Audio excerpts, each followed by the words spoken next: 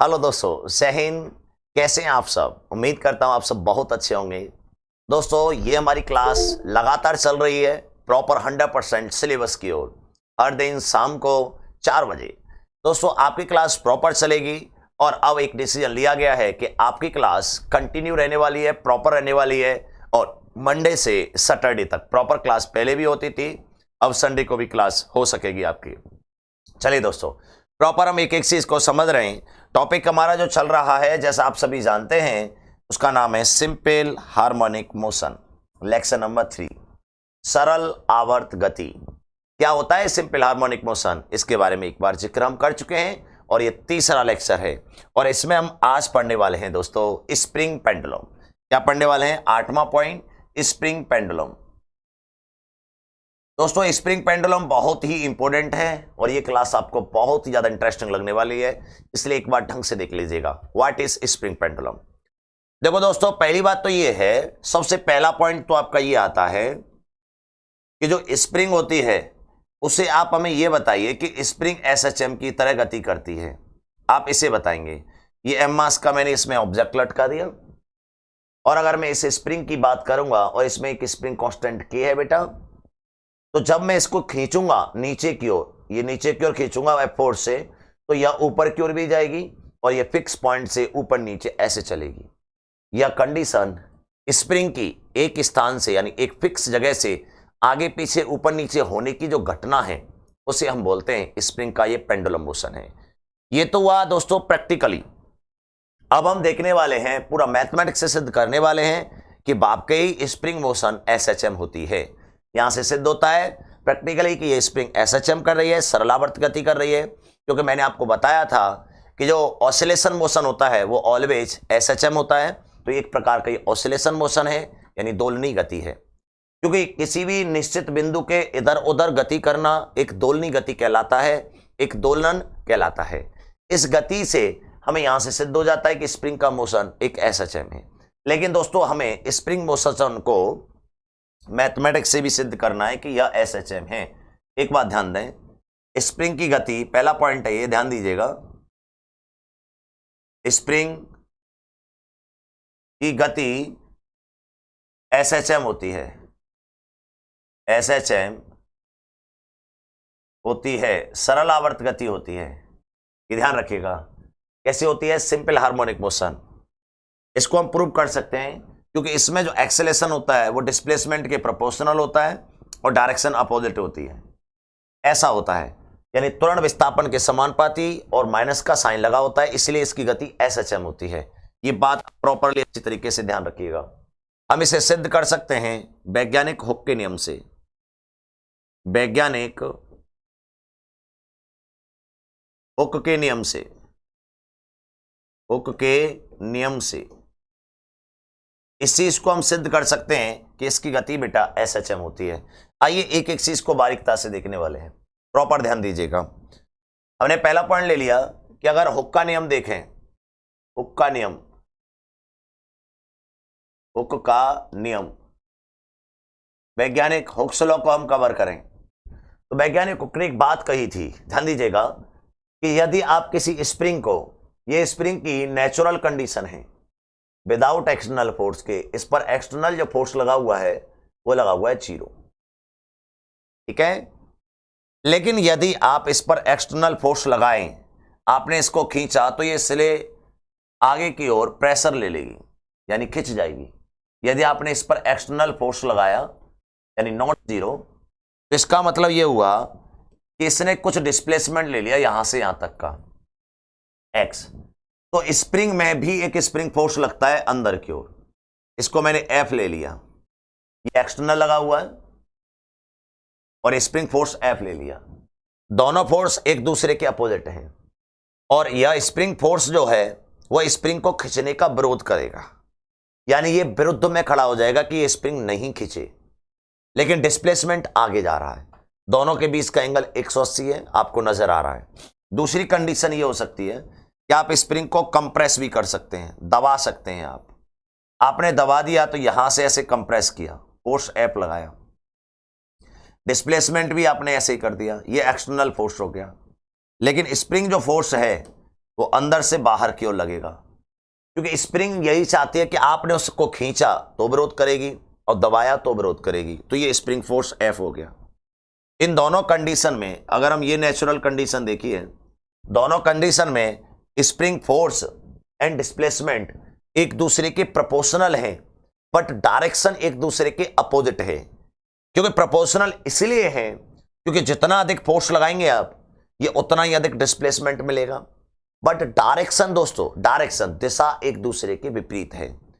इसीलिए हमें यहां से सिद्ध होता है कि यहां से हमें एक चीज पता चलती है, चूंकि स्प्रिंग फोर्स डिस्प्लेसमेंट के समानुपाती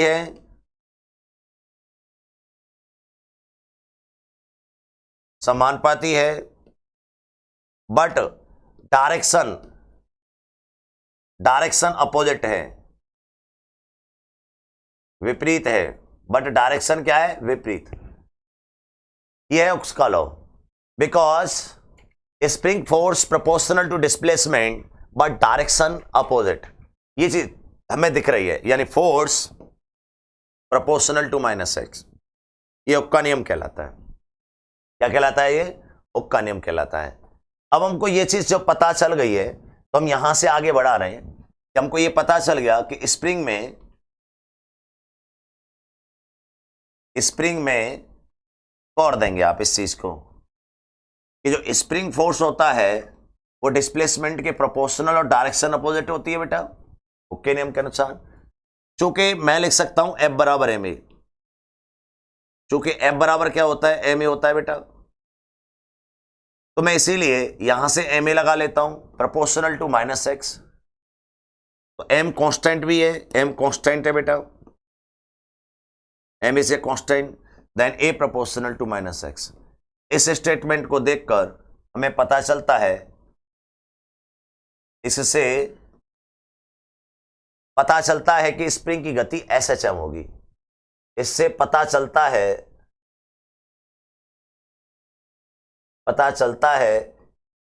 कि स्प्रिंग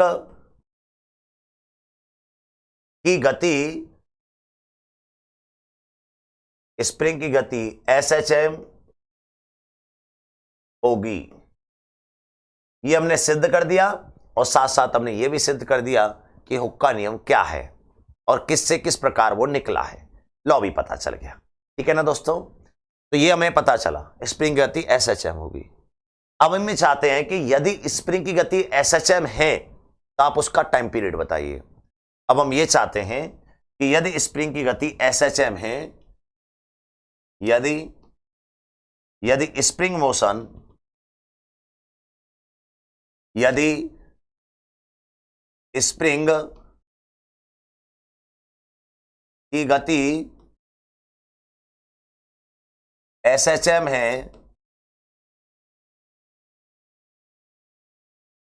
तो आप उसका टाइम पीरियड बताओ।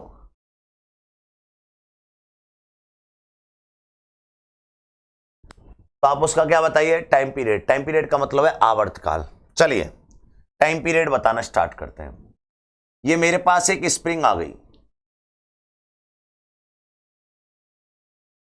और ये m मास का ऑब्जेक्ट आ गया और ये आ गया स्प्रिंग कांस्टेंट की, यहां से mg नीचे की ओर लग रहा है। फिर हम इसको कंप्रेस कर रहे हैं तो ये कभी नीचे आता है कभी इस पर आता है, उसका टाइम पीरियड बताना है। हम जानते हैं टाइम पीरियड का जो फॉर्मूला होता है तो होता है T बराबर 2π डिस्प्लेसमेंट ओवर एक्सेलेरेशन। ये हमारा फॉर्मूला होता है दोस्तों, आप अच्छी तरीके से जानते हैं इसे। This is time period formula for SHM pendulum, any pendulum. और ये मैंने क्लास पिछली वाली में आपको समझाया था। ये चीज हमें पता चल गई। अब हम चूंकि जानते हैं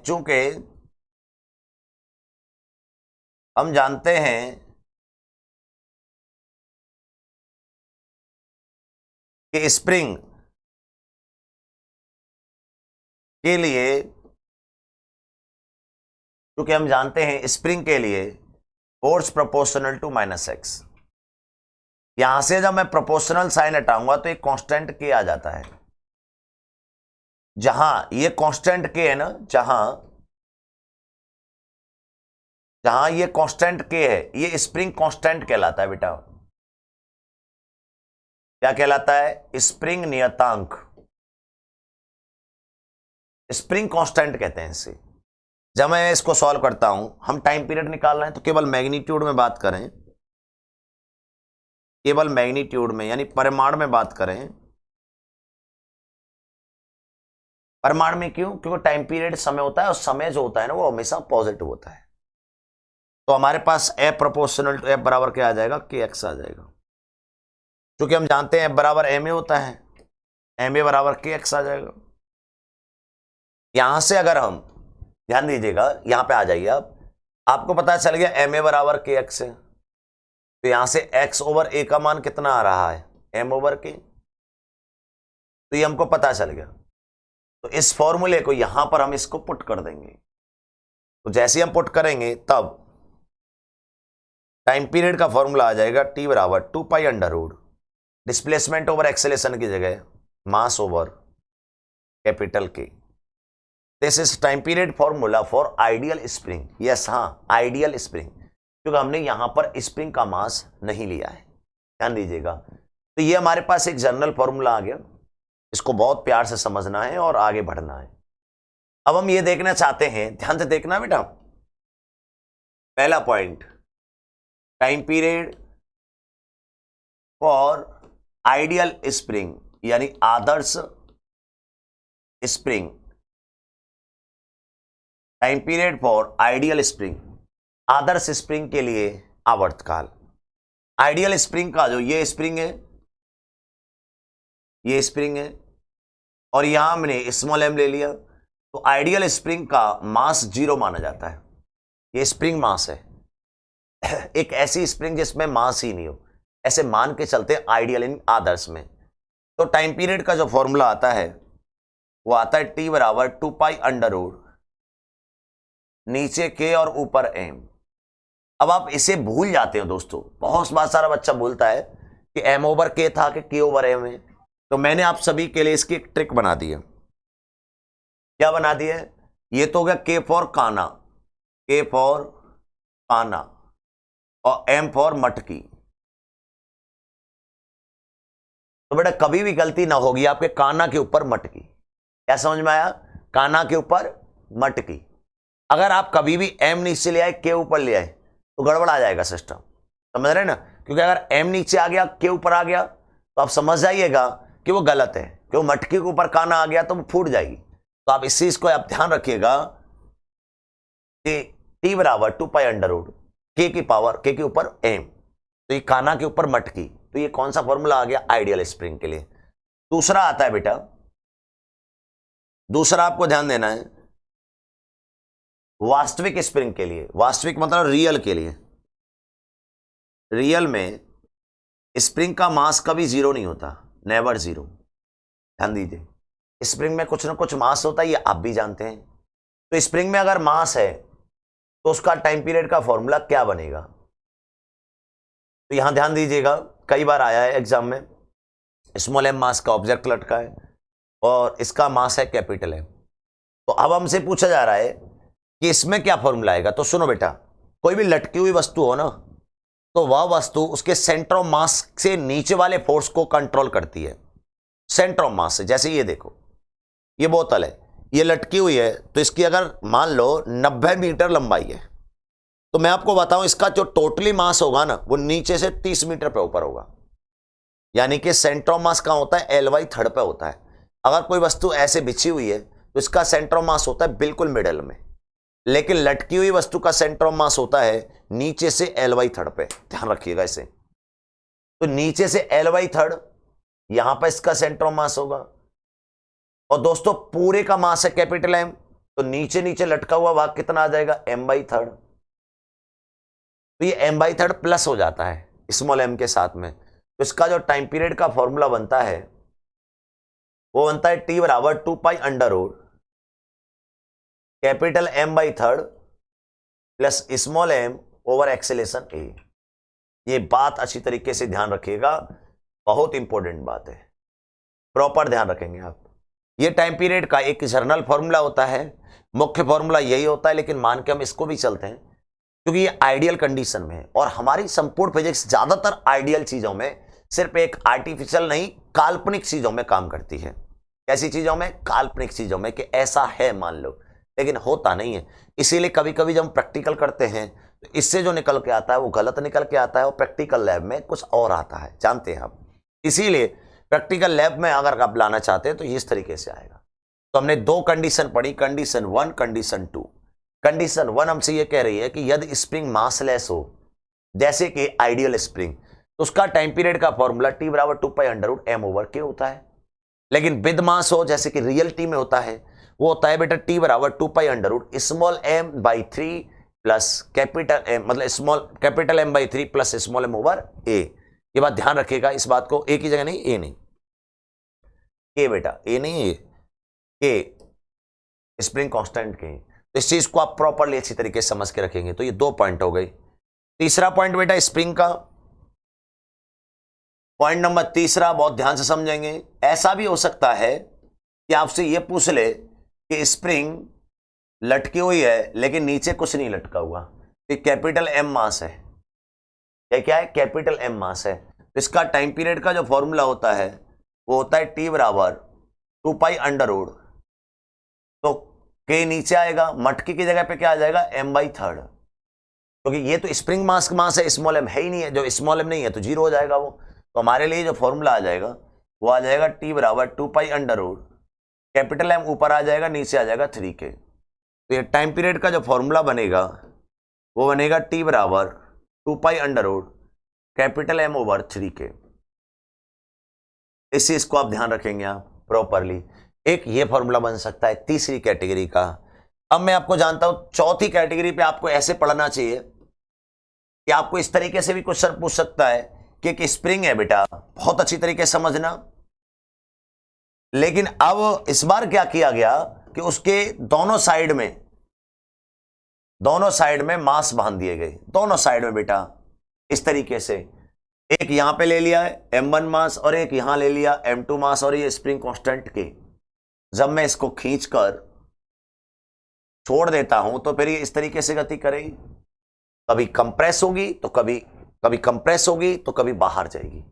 बात सही है? तो आपके पास जो टाइम पीरियड का फॉर्मूला होता है वो डेरिवेशन से निकलता है, वो आपको याद कर लेना चाहिए। T बराबर 2π√, के तो नीचे ही है लेकिन ऊपर आ जाता है m रिलेटिव। क्या आ जाता है? m रिलेटिव आ जाता है। अब आप सोच रहे होंगे के बारे में हमें पता है सर, 2π हमें ऑलरेडी पता है, लेकिन यहां पर m रिलेटिव क्या है? m रिलेटिव दोनों का नेट आता है और उसकी वैल्यू आती है m1 m2 over m1 plus m2। उम्मीद करता हूं आप इसे बहुत अच्छी तरीके से याद रखेंगे। जहां एक ये मैसेज ध्यान देना है, तो आपने 4 तरीके से टाइम पीरियड फॉर्मूला सीख चुके हैं अभी तक। अब 5वां आ रहा है कि दोस्तों ऐसा हो जाए कि एक ही मास के साथ में 2 या 2 से अधिक स्प्रिंग कांस्टेंट हो जाए, कनेक्ट हो जाए। आपके पास आ गया 5वां पॉइंट। 5वें पॉइंट पे आपको इस तरीके से दिया जाए कि ये स्प्रिंग ले ली एक, फिर ये स्प्रिंग ले ली, और यहां पर आपने एक m मास का ऑब्जेक्ट लटका दिया। इसका स्प्रिंग कांस्टेंट K1 है और इसका स्प्रिंग कांस्टेंट K2 है, क्योंकि अलग अलग स्प्रिंग का अलग अलग स्प्रिंग कांस्टेंट पाया जाता है। अगर आप यहां टाइम पीरियड निकालना चाहते हैं तो यहां टाइम पीरियड आता है T बराबर 2π√, का ना K नेट आ जाएगा, यहां पे क्या आ जाएगा? K नेट, और ऊपर आ जाएगा m। ये आप बहुत अच्छी तरीके से समझते हैं। जहां आपका K नेट का पता चलना जरूरी है, K नेट बहुत जरूरी है। K नेट क्या है? क्वेश्चन ये उठता है, बात को समझिएगा गहराई के साथ। तो ये एक सीरीज कॉम्बिनेशन स्प्रिंग का, और सीरीज कॉम्बिनेशन में K पड़ जाता है कमजोर, और कमजोर पड़ जाने की वजह से जहां पर K नेट डेरिवेशन से आ जाता है, और ये वैल्यू आएगी K1 K2 upon K1 plus K2 बेटा। यहां पर K नेट की वैल्यू इस तरीके से निकालनी होगी आपको। तो ये आपके टाइम पीरियड का फॉर्मूला आ जाएगा। इसे हम सीरीज कॉम्बिनेशन ऑफ स्प्रिंग के नाम से भी जानते हैं। ठीक है, ये आपका क्वेश्चन कराया जाएगा। अब आप पढ़ने जा रहे हैं 6वां पॉइंट बेटा। 6वां पॉइंट स्प्रिंग का, कि ऐसा भी कनेक्शन हो सकता है कि दो या दो से अधिक स्प्रिंग कनेक्ट हो बेटा, लेकिन वो कनेक्ट करने का तरीका कुछ और हो, इस तरीके से कनेक्ट हो रही हो सीधे। या तो आप ऐसे कनेक्ट मान लीजिए एम मास का और ये स्प्रिंग कांस्टेंट K1 और K2 बेटा, या आप ऐसे मान लीजिए एक ही चीज है ये दोनों, या आप ये जो मैं बनाने जा रहा हूं ऐसे स्प्रिंग ले लीजिए और ऑब्जेक्ट ऐसे लगा दीजिए और एक स्प्रिंग यहां ले लीजिए। इन दोनों का सेंस एक ही है बेटा, ये दोनों ही पैरेलल कॉम्बिनेशन का हिस्सा होते हैं। ये स्प्रिंग कांस्टेंट K1 और ये बेटा स्प्रिंग कांस्टेंट K2 और ये मास M है। यहां पर अगर आपको टाइम पीरियड निकालना है तो सीधे सीधे आप ध्यान देंगे आप अच्छी तरीके से कि यहां पे जो टाइम पीरियड का फॉर्मूला होता है वही T बराबर 2 पाई अंडर रूट, काना की जगह आ जाएगा K नेट और मटकी की जगह आ जाएगा M। इस बात को अच्छी तरीके से आप जान लीजिए। बस अब आपको यह जानना जरूरी है कि जहां K नेट की वैल्यू है, जहां K नेट ये है सीरीज पैरेलल कॉम्बिनेशन, और पैरेलल कॉम्बिनेशन में K बढ़ता है क्योंकि यहां एक दूसरे का ये सपोर्ट कर रहे हैं, और इस वजह से यहां पे जो K आ जाता है वो आ जाता है K1 प्लस K2।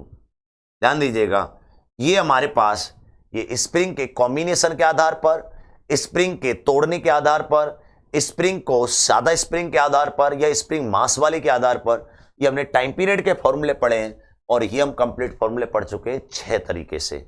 उम्मीद करता हूं ये स्प्रिंग के कॉम्बिनेशन के साथ साथ टाइम पीरियड की क्वेश्चन भी आपको सॉल्व करने आएंगे। ठीक है, अब एक नई चीज हम समझने वाले हैं, इसके क्वेश्चनों को समझने वाले हैं बारीकता के साथ।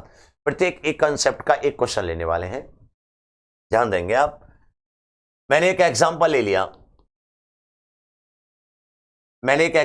इस तरीके से, और यहां ले लिया ये स्प्रिंग कांस्टेंट ले लिया है सपोज दैट 20 न्यूटन पर मीटर, और इसको ले लिया है मैंने 100 kg।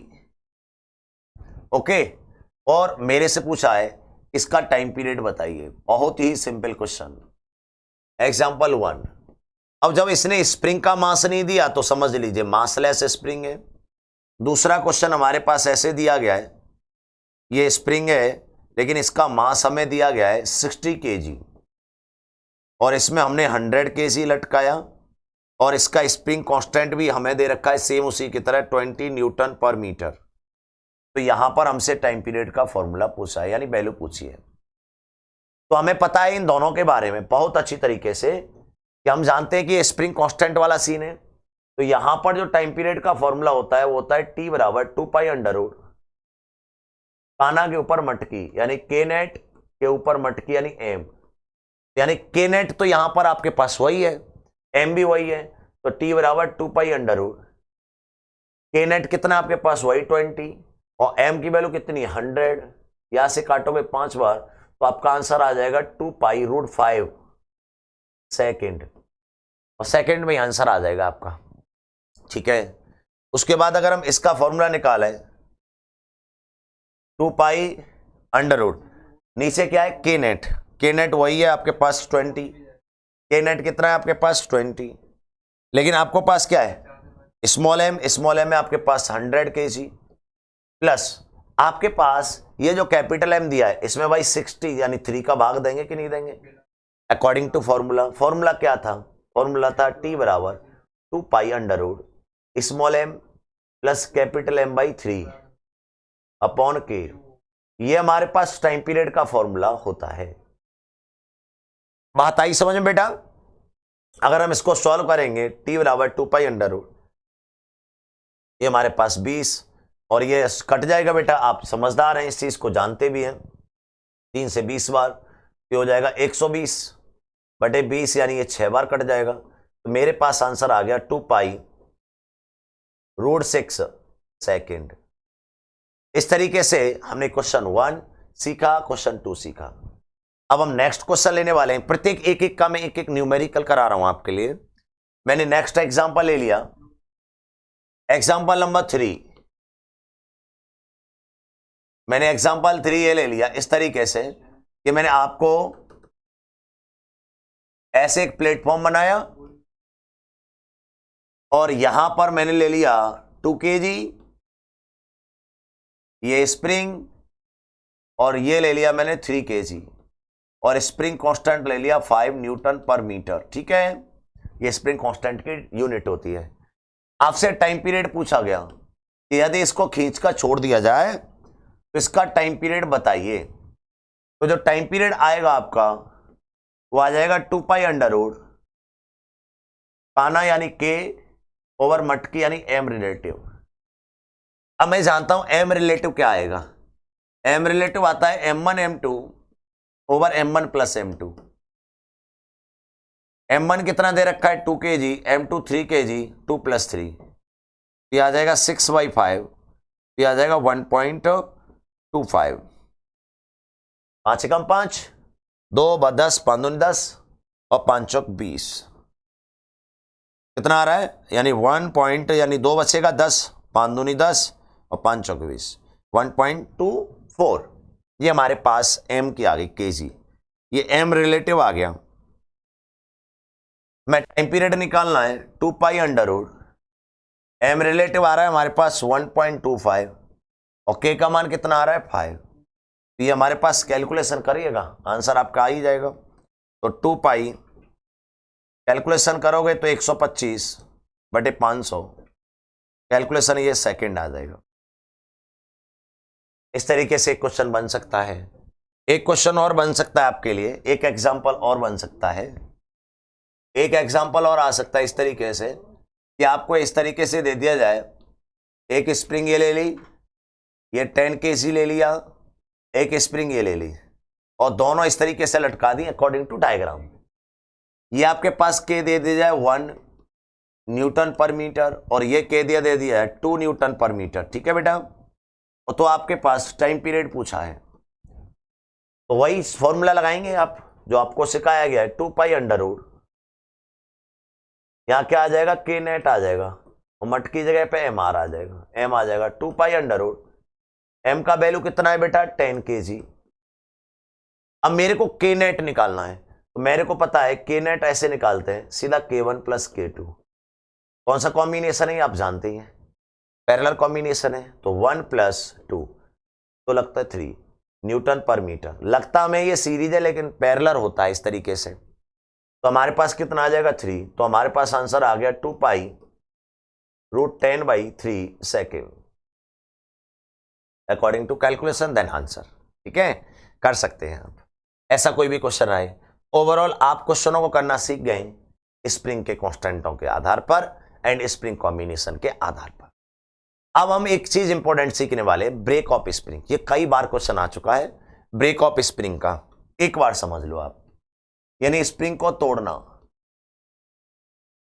स्प्रिंग को तोड़ना। ध्यान दीजिएगा, स्प्रिंग को अगर हम ब्रेक कर रहे हैं तो कैसे करेंगे। एक बात गौर दीजिएगा ध्यान से, मैं आपको बताने वाला हूं कि कोई भी स्प्रिंग है, ध्यान से समझिएगा एक बार में क्लियर। इसकी लेंथ दे रखी है L और स्प्रिंग कांस्टेंट की। अगर आप लेंथ के साथ जो भी काम करेंगे उसका उल्टा के साथ होता है। ध्यान दीजिएगा इस बात को। मैंने क्या किया, इस स्प्रिंग को n छोटे छोटे भागों में बांट दिया, ऐसे छोटे छोटे भागों में बांट दिया। इसकी लंबाई n भागों में बांटा है तो L/n हो जाएगी, इसकी लंबाई होगी कि नहीं होगी L/n, इसकी भी L/n, इसकी भी L/n, इसकी भी L/n, इसकी भी L/n, n भागे सभी। लेकिन स्प्रिंग कांस्टेंट जो हो जाएगा k, वो हो जाएगा आपके पास n k, क्योंकि इसका उल्टा होता है n k, इसका भी n k, इसका भी n k, इसका भी n k और इसका भी n k, क्योंकि ये भाग n है। कितने भाग बांटे हैं आपने, भाग n है। तो आपको ये पक्का याद होना चाहिए कि लंबाई का उल्टा होता है आपका स्प्रिंग कांस्टेंट के साथ। और आप जानते हैं टाइम पीरियड का जो फॉर्मूला होता है वो आता है 2 पाई अंडर रूट k की पावर m, के ऊपर m। यहां से पता चलेगा कि जो टाइम पीरियड हो जाएगा वो क्या हो जाएगा, किसी एक स्प्रिंग का आपको पता है प्रोपोर्शनल टू 1/k है। तो k के आधार पर बेटा, k के आधार पर अगर मैं k को चेंज करूंगा तो k के आधार पर क्या चेंज करेंगे, k की जगह पर क्या हो गया n k, तो आपका जो टाइम पीरियड हो जाएगा वो क्या हो जाएगा, नया हो जाएगा टाइम पीरियड, ऊपर पहुंच जाएगा, नया टाइम पीरियड हो जाएगा T under root N, T upon under root N, नीचे ही तो आ जाएगा टी अपॉन रूट एन, क्योंकि यहां रूट एन, एन की जगह एन आ जाएगा तो 1 अपॉन रूट एन हो जाएगा। इस तरीके से आपके पास इनके क्वेश्चन और बन जाते हैं, इसको थोड़ा सा ध्यान रखिएगा। मैं आपके लिए एक बार इसका शॉर्ट मेथड समझा देता हूं, अगर ये वाली बात समझ में नहीं आई हो तो, बहुत जोरदार है। आपको ये बोला गया है कि यदि किसी स्प्रिंग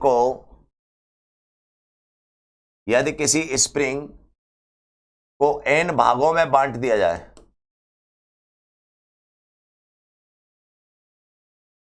यदि किसी स्प्रिंग को n भागों में बांट दें तो किसी एक भाग का स्प्रिंग कांस्टेंट जो हो जाता है वो n के, एक भाग का टाइम पीरियड जो हो जाता है वो हो जाता है टी अपॉन रूट एन। ये महा शॉर्ट ट्रिक हैं, इनको आप रट लीजिए, डेरिवेशन मैंने किया है आपका, इनको आप रट लीजिए, ये एक ट्रिक की तरह काम देंगी आपको। जैसे मैंने आपके लिए एक एग्जांपल दिया, कि किसी स्प्रिंग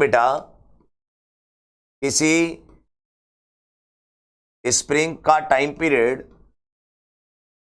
2 सेकंड है, यदि इस स्प्रिंग के 16 भाग कर दिए जाएं, 16 भाग कर दें, तो किसी एक भाग का टाइम पीरियड बताइए और स्प्रिंग कांस्टेंट बताइए। बेटा जो मैं क्वेश्चन करा रहा हूं ना, उससे बाहर कुछ भी नहीं होता, जाएगा पेपर बाहर का, होता ही नहीं है कुछ, हर चीज करा के चल रहे हैं। ध्यान दीजिए, टाइम पीरियड बताना है तो सीधा सीधा है initial time period over root N, और स्प्रिंग कांस्टेंट बताना है तो सीधा सीधा है N into K. Time period कितना है, पहला टाइम पीरियड है 2 सेकेंड बटे रूट एन यानी 16, तो यानी 2/4, तो बोले तो 0.5 सेकेंड, 0.5 सेकेंड, समझ गए आप। नया स्प्रिंग कांस्टेंट बताना है 16 और पहला स्प्रिंग कांस्टेंट की है तो 16 की।